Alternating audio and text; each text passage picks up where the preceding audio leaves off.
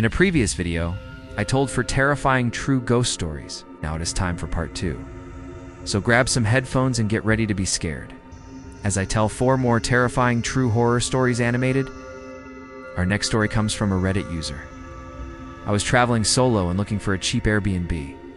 And there was one small town about an hour away from where I was that had a place that was only $30 a night. He looked extremely uncomfortable after I told him I'd seen the suitcases and said that I was unsupposed to go down there. One of the letters was addressed to the previous owner of the house. And when I read it, my blood ran cold. It was from a real estate agent and it said, "I just wanted to check in and see how you're liking the new house. If everything is satisfactory, please sign this document transferring the deed into your name." The date on the letter was today's date. We were shocked when we saw a huge, creepy humanoid creature lumbering toward the door.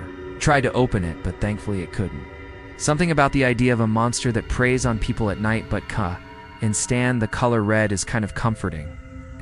Anyway, thanks for watching, and I'll see you next time. Also, don't forget to subscribe for more content. It screamed in frustration and pounded on the door until the camera's battery died. In the morning, we checked the footage, and it looked like the beast had ripped the camera from its mount and thrown it into the bushes. To this day, we still don't know what that thing was, but we never opened the back door at night. He explained that each suitcase belonged to someone who had rented the room before me, and that they never left. I was babysitting my neighbor's kids one night when I heard strange noises in the backyard. I told her, and she said, "See, that's why I never open the back door at night. There's a beast out there that scratches up the door every night, but it never actually comes in." Whoever or whatever it is must really hate the color red, because my daughter had painted the door red a few weeks before that, and it hadn't tried to come in once since.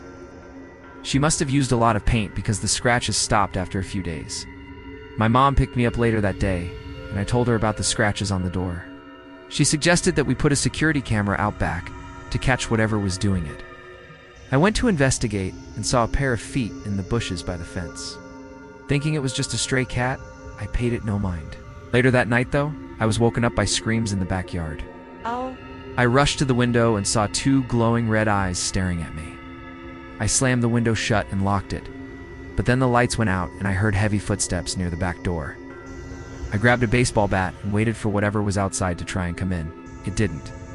And in the morning, I found that the door had been scratched up pretty badly. Apparently the house had been built on top of an old burial ground. And when the workers found out, they refused to finish the job unless the bones were removed. Instead of moving them, the owner decided to build the basement around them. When I asked if any of the people whose names were on the suitcases had died in the house, he just looked at me and shook his head. As I was leaving, I saw one last suitcase in the corner. It was battered and didn't have a name on it. I asked the host if it was full of clothes or something, but he told me that it was none of my business what was inside. I knew that if I didn't take that suitcase with me, the host would. So I brought it home. I tried to ignore it, but it was getting louder. Then I heard what sounded like footsteps. I was getting scared at this point and wished I'd booked somewhere else. I was debating whether I should call the police when I decided that I needed to see what was down there. I crept down the stairs and slowly opened the door to find hundreds of old suitcases stacked to the ceiling. Each one had a name written on it. I don't remember if they were all the same handwriting or not, but I do remember thinking how bizarre it was to have so many suitcases in the basement. I shut the door quickly and went back to bed. I thought it was a steal and booked it immediately. When I got to the house, it was beautiful.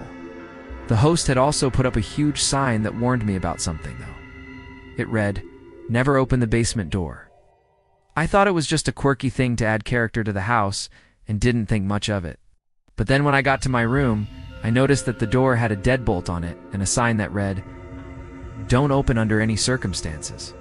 That piqued my curiosity, but I figured I should respect the rules. When night fell, though, I started hearing scratching sounds coming from downstairs. In the morning, I told the host about the noise and asked him about the basement. When I finally pried it open, I found a bunch of old letters and documents. Our next story comes from another Reddit user. When the mom got home, she asked me what had happened. We set up the camera that night and waited for whatever beast was out there to make its nightly appearance. And that's the end of part 2. Which story was your favorite? Mine was definitely the last one.